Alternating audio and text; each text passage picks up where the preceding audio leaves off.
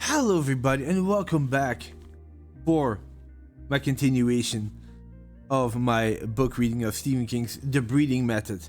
I'm here at the last chapter, chapter 3, The Club. Here we go.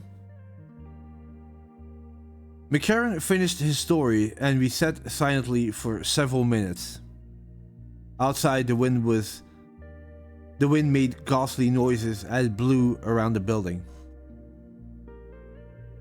"That's all," McCarran said. "That's the end." "What happened to the baby?" I heard myself asking. McCarran didn't answer, so I asked again. "What happened to the baby?" "There was a young man and his wife. Their name is not Harrison, but it's close enough. They lived in Maine. They could not have children of their own.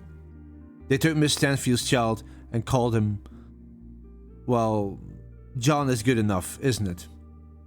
Stevens was somewhere behind me, and I knew that our coats were ready and waiting for us to put them on. As McCarran said, the deals were over for another year. "The child I delivered that night is not yet 45, said McCarran. "He's handsome and intelligent, and he has his mother's brown eyes." Stevens watched us go out of the door. He wished us all a happy Christmas, and he thanked us for our presents of money. I made sure that I was the last person to leave. Stevens did not seem surprised when I asked, "I have a question I want to ask." He smiled. Christmas is a good time for questions. Somewhere in another room, I could hear the tick-tock sound of a large clock. The sound of time passing away. I could smell old leather and old wood. "But I must warn you," Stevens went on, "that it's better not to ask too much. Not if you want to keep coming here. People have been closed out for asking too much." Closed out were not really the words I wanted, but they were as close as I could get. "No," Stevens said. His voice was low and polite, as usual.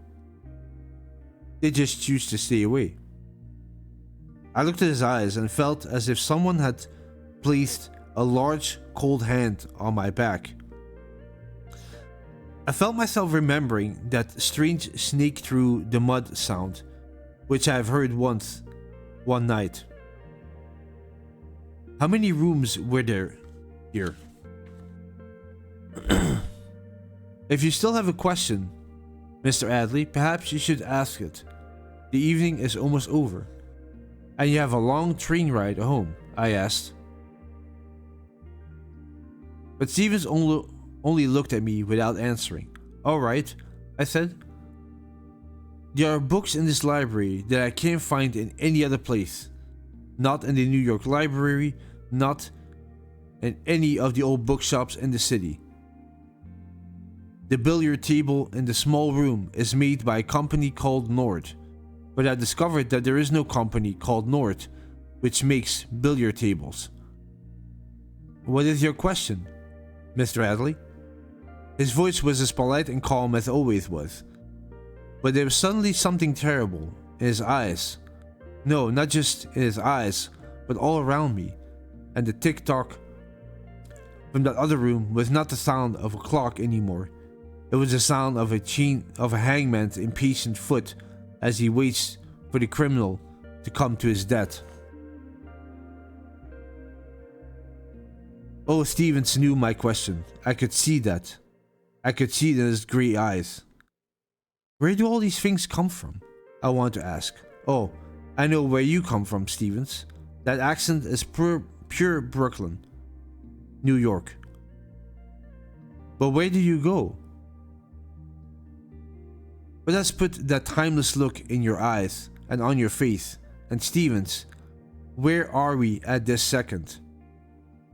But he was waiting for my question. I opened my mouth, and the question that came out was, "Are there many rooms upstairs?" His eyes did not leave mine. "Oh, yes, sir," he said. "A great many. A man can get lost." In fact, men have got lost. Sometimes, it seems to me, they go on for miles. Rooms and rooms and rooms, and entrances and exits. His eyebrows went up a little. "Oh yes, entrances and exits." Exits. He waited. "But I have asked enough. I decided I had come to the very edge of something that might, perhaps, drive me mad." "Thank you, Stevens." "Of course, sir." He held out my overcoat and I put it on. "There will be more tales," I said. "Here, sir, there are always more tales." That evening was some time ago now, and my memory is no better than it was then. But I remember very clearly the fear I felt, like a knife pushed into me. When Stevens opened the door wide, I was certain I was going to see some other worlds out there. Some terrible, horrible, hell-like world. I cannot explain it, but I tell you that there's a world like that. I am sure of it. As McCarran was sure that Sandra Stanfield's head went on breathing. For one moment, I thought the door would open and Stevens would push me into that world. And then I would hear that door shut firmly behind me. Forever. But I saw 35th Street and a taxi standing by the side of the road. "Yes, always more tales," Stevens repeated. "Good night, sir. Always more tales." And there have been. And one day soon, perhaps, I'll tell you another. And that was the end of chapter 3 and the end of the breeding method. Very interesting small book. I really like the writing of this one. I think it's very firm, very straightforward, not too many distractions that you can have. So yeah, I definitely enjoyed this one for what it was. It was just, yeah, a fun, like, a little ghost story, in my opinion. That you would tell around a fire or something like that. I don't know. So, yeah, I definitely enjoyed this one. So, hope you guys also enjoyed it. Thank you so much for listening. And let me know what you thought about this this whole the breeding method book. And I'll catch you in the next one. Take care. Thank you. Bye-bye.